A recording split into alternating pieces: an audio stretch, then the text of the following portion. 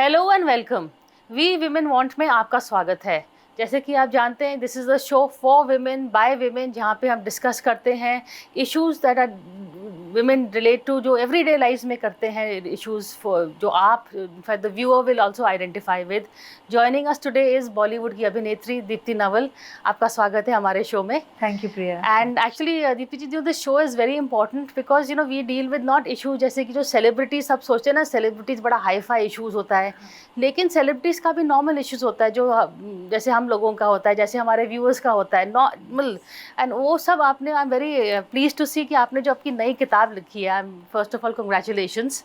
ये है a country called childhood. इस बुक में दीप्ति जी ने अपने चाइल्डहुड के बारे में लिखा है, जब वो अमृतसर में बड़ी हुई थी इन द 60s। और जो जैसे कि कोई भी बच्चा, लड़की बड़ी होती है मिडिल क्लास फैमिली में, चाहे वो ईव टीजिंग होए, चाहे सेक्सुअल हरासमेंट होए, चाहे जॉइंट फैमिली का मज़ा होए, चाहे ग्रोइंग अप क्या बनूंगी बड़े होके, वो सब इस किताब में लिखा है, विच is very interesting because it's a book, जैसे कि किसी ने लिखा है, कोई भी पढ़ेगा उनको लगता है ये तो मेरे साथ भी हुआ है। सो ये मेरी कहानी है, ये मेरी कहानी है। एंड ये दीप्ति की खास बात भी है, जो कि उन्होंने रोल्स भी करे हैं। She is always been the roll on cinema is also of a very everyday girl, जो लोग इनको आइडेंटिफाई कर दें। इनफैक्ट जब हम छोटे थे, हम बड़े होते थे, तो हम शीशे में देखते थे, सब क्या सोचते थे, मैं दीप्ति नवल बनूंगी। Because they was, you were so natural and easy, and in terms of there was no pretence in your roles also. I think it was very natural. So congratulations. Thank you Priya, thanks. हम थोड़ा सा आपसे बात करना चाहते हैं about growing up in small town Amritsar. उसके बारे में आपने लिखा है, बहुत इंटरेस्टिंग बातें जो अभी भी फेस हो रही है in higher level, but growing up in a joint family, उसके बारे में थोड़ा बताइए। I was very interested to read about your grandparents, Bauji and Biji के बारे में। बाऊजी एंड बीबी जी मेरे बचपन के शुरू के सालों में रहे, द फर्स्ट फ्यू इयर्स। उसके बाद I mean they died early, both of them. उसके बाद जब वो चंडीगढ़ शिफ्ट कर गए, तो इट वाज जस्ट मामा, पिताजी, me, my sister, and then later came my younger brother, वो रोहित जब पैदा हुआ। तो ग्रैंड पेरेंट्स की मेरी जो मेमोरी है, वो पहले वो बिल्कुल छुटपन की है। I think till I was about 6 साल की उम्र तक। तो वो जो उनके बारे में जो मैंने लिखा है, वो काफ़ी सारा हम जो उनके बारे में सुनते थे, और जैसे थोड़ा बहुत देखा, जो मैंने मेरी मेमोरी में जितना है, वो बड़े मुझे बहुत वो फैसिनेटिंग लगती हैं दोनों पर्सनालिटीज़, बाऊजी की और बीबी जी की। Bauji was a leading criminal lawyer in Amritsar, और बीबी जी बहुत ज़बरदस्त सोशल वर्कर थी। बाऊजी वाज कट्टर जनसंघी, और बीबी जी कांग्रेसी थी पक्की। सो होना तो चाहिए था क्लैश, लेकिन नहीं था।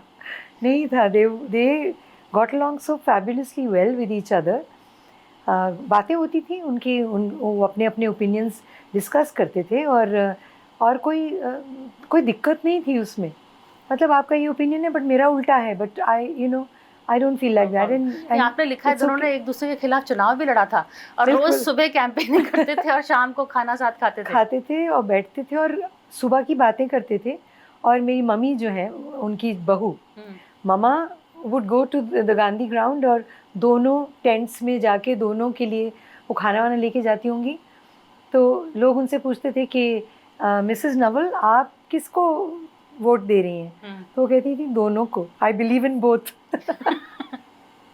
विच इज़ वेरी इंटरेस्टिंग, खास करके आजकल जो इतना पोलराइज माहौल है। There is a lesson, I think, the break down of joint families. उससे आपको लगता है कि जॉइंट फैमिलीज ना होते तो are we losing out by not having? हाँ, वो एक होलसमनेस जो ग्रोइंग अप में हमें मिलती है, ग्रैंड पेरेंट्स भी साथ रहते हैं। हालांकि मुझे I missed out on that quite a bit, क्योंकि वो जल्दी गुजर गए। लेकिन वो जो भी मेमोरीज़ हैं, वो बड़ी प्यारी और बड़ी इंटरेस्टिंग है, और उनका कंट्रीब्यूशन हमारी लाइफ में कितनी हद तक रहता है, ये हम लोग को एहसास भी नहीं होता पहले। Only later in life you realise, oh my god, doesn't this come to me from my grandmother और माय ग्रैंडफादर। पेरेंट्स का भी नहीं होता, पेरेंट्स का भी we take them for granted के हैं, और थोड़ा अपोज करते रहते हैं। मैं जो करना चाहती हूँ, वैसे तो इनको समझ में भी नहीं आता कि मैं क्या करना चाहती हूँ और क्या है। तो they are always the others, You know, at some point they become the others, and then you feel कि I'm so alone, nobody understands me. So लेकिन ये फैमिली का मैंने काफ़ी लिखा है, मेरे नाना नानी उनके बारे में भी लिखा, बट ग्रैंड पेरेंट्स के साथ because I live the first few years of my life. with them. तो So you feel we are losing out. India's ये जो nuclear families का आजकल बड़ा in this race to get ahead. We are leaving our roots behind. This is one. हाँ, we are leaving roots behind. Yes. इस तौर से. We are losing out. कुछ तो है जो खाली हो रहा है, you know. हाँ. That is, and in fact, in your house, Shyama Prasad Mukherjee came and stayed Jammu जाने से पहले. Yes, because Babaji was a जनसंघी, he was a cutter, he was चालक थे वो. RSS में, हाँ. क्या वो बोलते हैं phrase, I don't know, but he was, you know, sort of उनका मेलजोल था, उनसे उठना बैठना था. Atal Bihari Vajpayee also, he was a fiery आप मिले हैं वाजपेयी से? नहीं. At that time, you know, उस ज़माने में 60s, हाँ.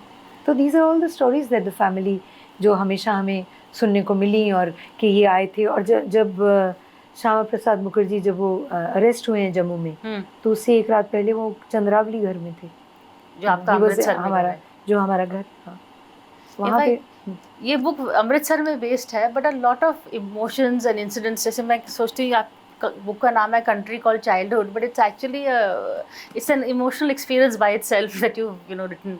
Everybody can identify with the growing up years. आप की एक बड़ी बहन थी और एक छोटा भाई था. 3 of you live together. My sister and my brother, they both America में रहते हैं. अब अमेरिका में.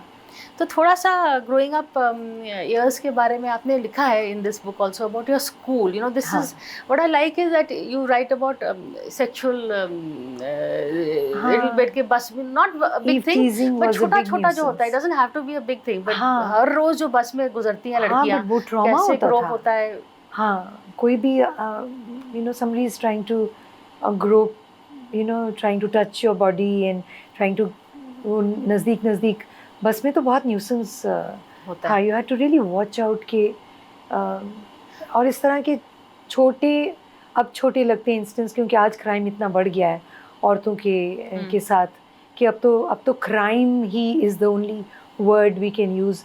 तब क्राइम नहीं था, लेकिन हैरेसमेंट थी, ह्यूमिलिएशन थी, हैरेसमेंट थी, for being looked at as just an object, you no.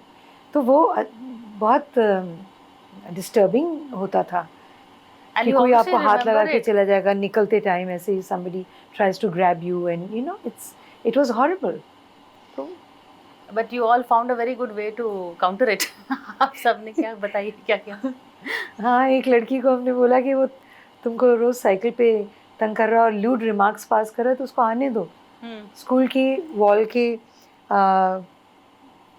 पीछे तक उसको लीड कर लो. हाँ. और हम लोग पीछे सब छुपे होंगे. So when he comes following you just behind the school wall, पीछे खेत थे, तो जैसे वो आएगा हम लोग सब वो खेत में से निकल के जूते वूते बैग पेंसिल पेन जो भी हाथ में started bashing of that guy. वो तो बेचारा माफिया मांगते मांगते भागा एंड नेवर ही सेड दीदी. No, that was so instantly we all became didis for this thing. And little bit about you कि आप फिल्म इंडस्ट्री में कैसे हैं? आपने तो कथक भी सीखा था, you also paint very well, आप पोइट्रीज भी लिखती हैं, उसके बारे में आगे बात करेंगे. फिल्म इंडस्ट्री में कैसे आई? मामा का जो शौक था जो पूरा नहीं हो सका, वो उन्होंने मुझ पे ट्रांसफ़र कर दिया था बचपन से ही. मैं 8 साल की थी जब मुझे लगा कि मैं जब ऐसे फिल्म थिएटर में बैठती थी, और बड़े सारे screen, the single screen theatres जो अमृतसर में थे, जितने सिनेमा हॉल थे सबके नाम है किताब में उस समय. This talkies, that talkies. You Rialto was the oldest cinema. Clearly. हाँ, ये सिनेमा गाइड है. हाँ, बिल्कुल. और मुझे लगता था कि ये सब जो, बिकॉज हम देखते थे और हम बह जाते थे ना इमोशन में, जो अलॉन्ग विद द एक्टर्स जो इमोट कर रहे हैं, जो सीन चल रहा है उसका जो भी इमोशन है, हम कैसे उसी तरह फील करने लगते थे. तो मुझे लगता था कि एक दिन मैं वहाँ पे इमोट कर रही होंगी, आई विल बी एक्टिंग, और ये जो आसपास जो मेरे आसपास जो लोग बैठे ये मेरे साथ कनेक्ट करेंगे, they will cry, they'll be crying with me, they'll be laughing with me, you know. तो ये सारे जो इमोशन मैं वहाँ पोर्ट्रे करूँगी, ये लोग सब फील करेंगे, and it will be my connect with the audience. मैं सबके साथ कनेक्ट करूँगी, सभी मेरे साथ कनेक्ट करेंगे, like you know that sort of. That's what drove you. Yeah, I felt this is the best way to live your life. Emotionally, everybody can connect with you. Because my mother, जब वो Burma की story सुनाती थी, तो वो देविका रानी की बहुत बड़ी फ़ैन थी, बेटी डेविस की. She went to a convent school, Mandalay, Jesus and Mary Convent and Wesley Convent. तो वो जो स्टोरीज़ थी, उसमें वो यही सब बताती थी कि मैं ऐसे डांस करती थी टेबल पे चढ़ के, और मेरे छोटे छोटे कज़न्स थे, वो मेरी ऑडियंस होती थी. और मैं उनको कहती थी कि पता है क्या, मैंने ना बॉम्बे टॉकीज़ चले जाना और एक्ट्रेस बन जाना. और उनके चाचा जो थे वो उनको कहते थे पता है क्या होता है, एक्ट्रेस बन जाना है. वो जब डांस नहीं करना है ना ठीक से, तो वो छड़ी लेकर के टांगों पे ज़ोर से मारते. तो he used to discourage her by saying this all the time. मार पड़ती है जब डांस ना ठीक से. But in fact, sorry आप. No, these are the stories. क्योंकि वो सुनते सुनते कि मामा एक्ट्रेस बनना चाहती थी और मुझे इतना सिनेमा का फैसिनेशन था, तो वो जाहिर है कि मेरे अंदर बचपन से 8, 9, 10 साल की उम्र तक, 11 तक तो बिल्कुल ही सेट हो गया था कि this is my calling in life, और मैंने तो यही करना है बड़े होके. और अगर मैं एक्ट्रेस नहीं बनूंगी तो नन बनूंगी ना Deepti. That is like one to the other Deepti ji. आप बिकॉज कॉम्प्रोमाइज तो करना नहीं है ना बीच में, तो या नन बनना है या एक्ट्रेस बनना है, बस नहीं. हाँ, दैट इज राइट. इज पूरा ड्रीम चाहिए या फिर चाहिए नहीं कुछ भी. ऑल्सो यू टॉक आपके जो मदर साइड फैमिली बर्मा से वो कैसे भाग के आए थे. हाँ, during the second world war 1942 में मामा थोड़ा पहले आ गई थी, स्टीमर में आ सकी थी. लेकिन जब वो लोग निकलने लगे, जब जापानीज़ ने इन्वेड किया बर्मा को और बम्बार्डमेंट्स शुरू हुई और टॉर्चर कैंप्स उनके शुरू हुए, बर्मीज़ लोगों को लेकर के उन्होंने बहुत टॉर्चर किया, तो families Indians had to flee Burma. कई लोग तो निकल गए जो अफोर्ड कर सकते थे, वो फ्लाइट्स प्लेन में निकल गए. कुछ लोग स्टीमर से कलकत्ता तक वहाँ से निकले और कलकत्ता पहुँच के then they went to various destinations. लेकिन हमारी फैमिली, जो मेरी नाना नानी और मामा के सारे सिबलिंग्स और ये लोग सब, इनके पास स्टीमर जापानीज़ ने टॉर्पीडो कर दिए थे, स्टीमर्स जो शिप्स थी बे ऑफ बंगाल से निकलने वाली. तो वो रास्ता भी नहीं रहा कि कभी भी उसके ऊपर बॉम्ब गिरेगा और वो ख़त्म हो जाएंगे लोग. तो people started to walk over the Assam hills, walk over from Burma to India. और वो महीनों लगे उनको चल के आए, और बहुत सी रास्ते में डेथ्स और डेड बॉडीज़ और कई तरह की चीज़ें. नानी तो अपना ग्रामोफोन भी लेके आई. नानी, बड़ी मम्मी, उन्होंने कहा कि मैं सब कुछ छोड़ सकती हूँ, मैं अपना ग्रामोफोन नहीं छोड़ूंगी. 100 रिकॉर्ड्स और ग्रामोफोन ये वो लेकर के आई. और ग्रामोफोन पकड़ाई भी नहीं किसी को, कि किसी कुली को दे दिया तो ये तो बहाने से वो वैली में इसको फेंक देगा डिब्बे को, और उसके लिए तो इसकी कोई वैल्यू नहीं है, वो तो बोलेगा कि अब और नहीं उठाया जाता और फेंक. So she carried it. फिर ऑफ कोर्स उन्होंने डिब्बा जो उसका कैबिनेट था वो निकाल के फेंका, and they save the machinery, the actual, that was a huge machinery. yes, it was, his master it was का trumpet type, हाँ वो speaker था, yes, सब ले आई. हाँ वो लाई. और मैंने जब मैं न्यूयॉर्क में थी तो अपनी इंग्लिश क्लास में मैंने एक ऐसे, जो सबसे पहला ऐसे लिखा था वो ये था, fictionalised version of my Nani's real journey, and it was called little women and the gramophone. तो वो मैंने उसके एक्सर्प्ट्स मैंने किताब में मैंने लिखे. Part of it is reproduced, part of her story. No, I saw that.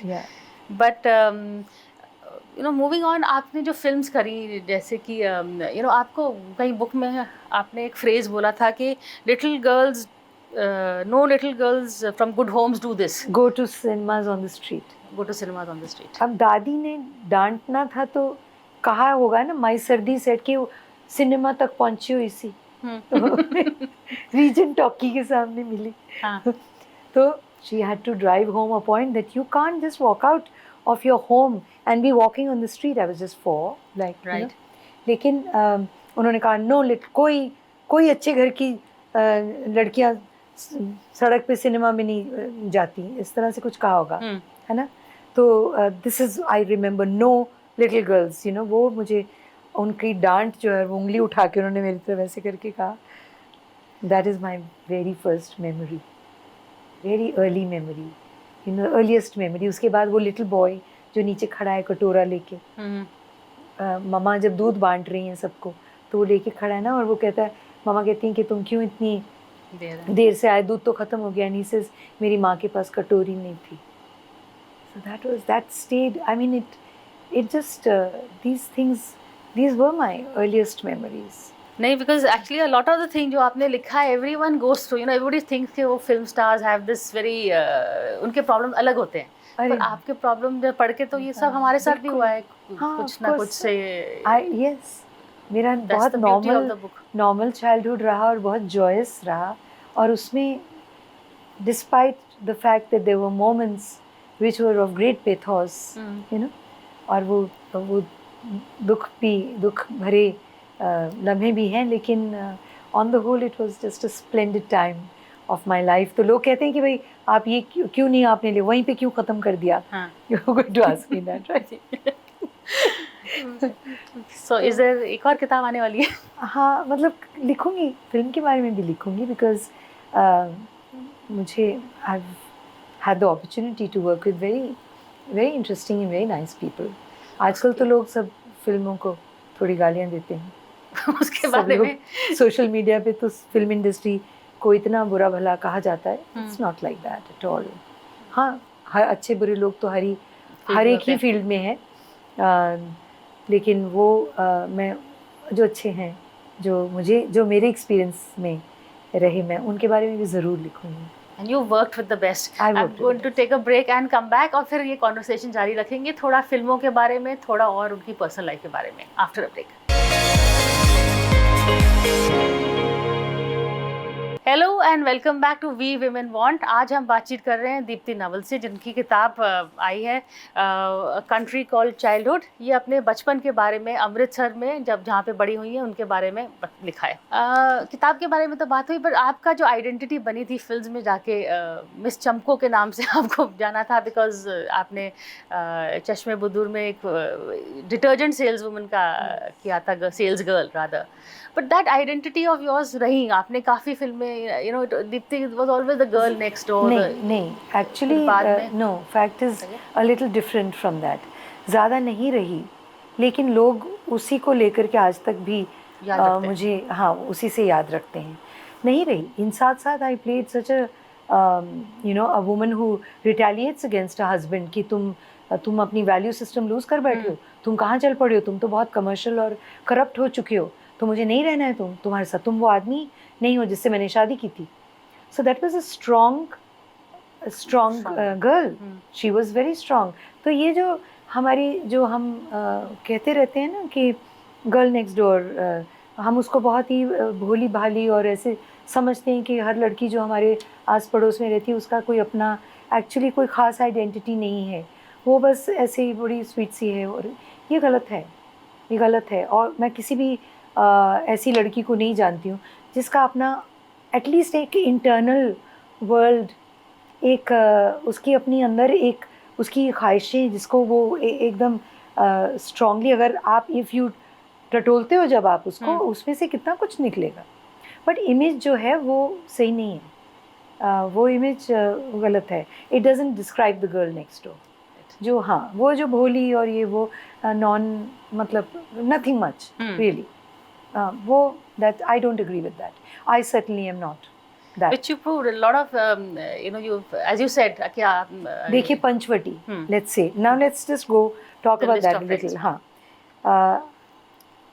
Panchavati, मैं जिंदा हूँ, she becomes the breadwinner of the husband's family, जबकि husband first night के बाद घर से भाग गया है, और he has deserted her, but she looks after, you know, तो she's becomes the man of the house, है ना. तो पंचवटी में शी सेज कि मुझे ना एक आदमी के साथ रहना, ना दूसरे के साथ रहना. अगर if I am pregnant, I will look after my child and I will live my life on my own terms. तो ये स्ट्रॉन्ग वीमेन थी. कमला वॉज द ओनली कैरेक्टर जहाँ की शी इज़ अ डोरमैट, उसको पता नहीं है, वो शी इज़ सोल्ड और she is ready to accept her lot in life. लेकिन I have played internally strong women throughout. आप 2 फिल्में छोड़ दीजिए, जो 2-3 फिल्में शुरू की शुरू थी, वाली, हाँ, इवन एक बार फिर, my very first film was a internally strong woman. She says that I'm in love with another man. I cannot. I will be dishonest and I will be immoral if I continue to live with my husband because I don't love him. I love this other man. My husband has never loved me.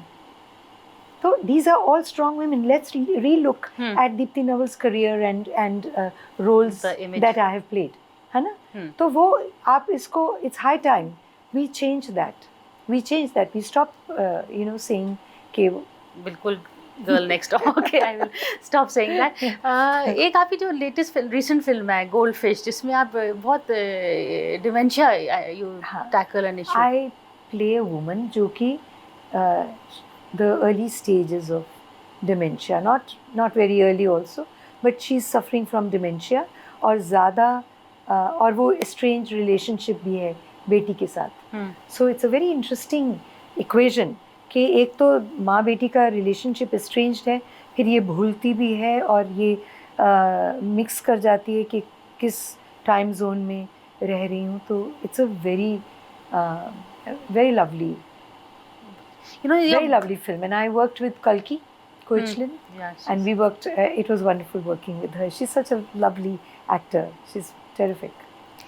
Dementia, mental health, these are, in your book also, we have people, you talk about a friend who's schizophrenic, a cousin jinko mental I've health. talked about Neeta Devichand, my school friend.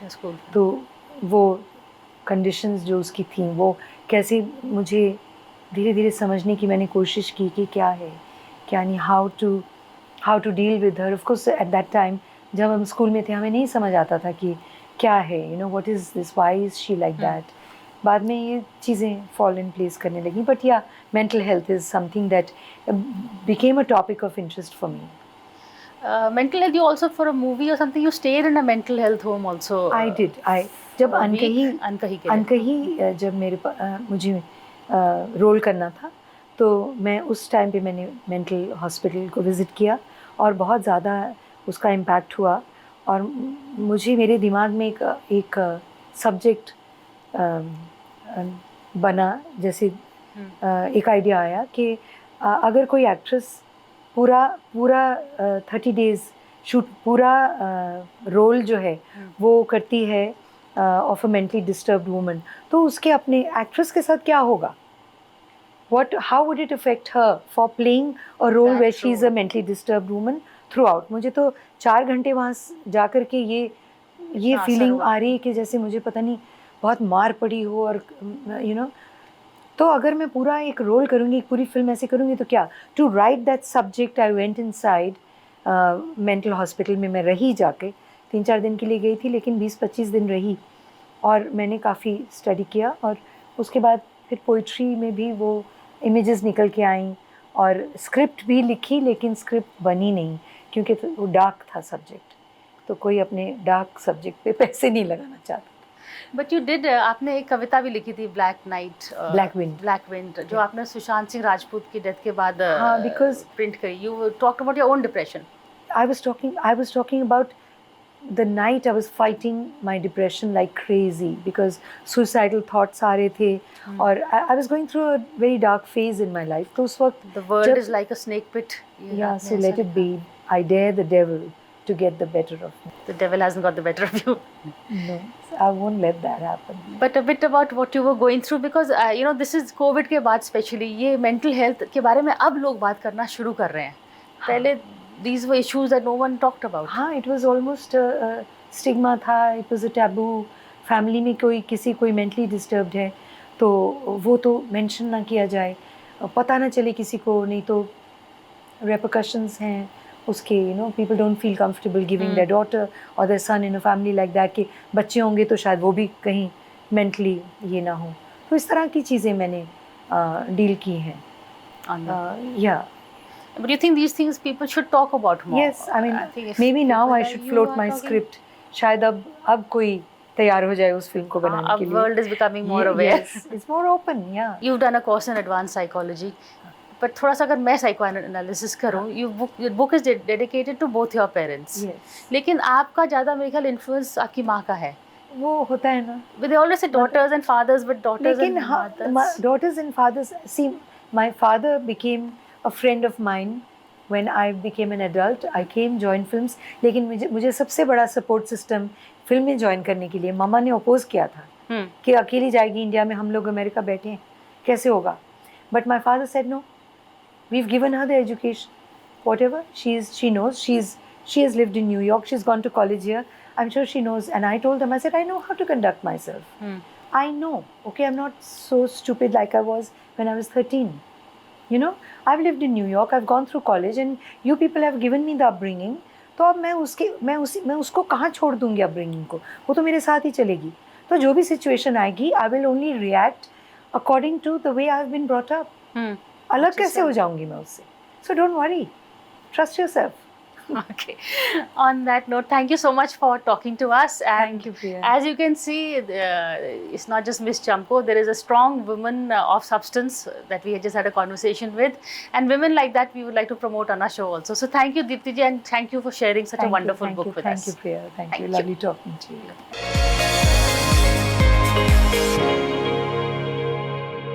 For more such videos, subscribe to the NewsX YouTube channel, hit the bell icon.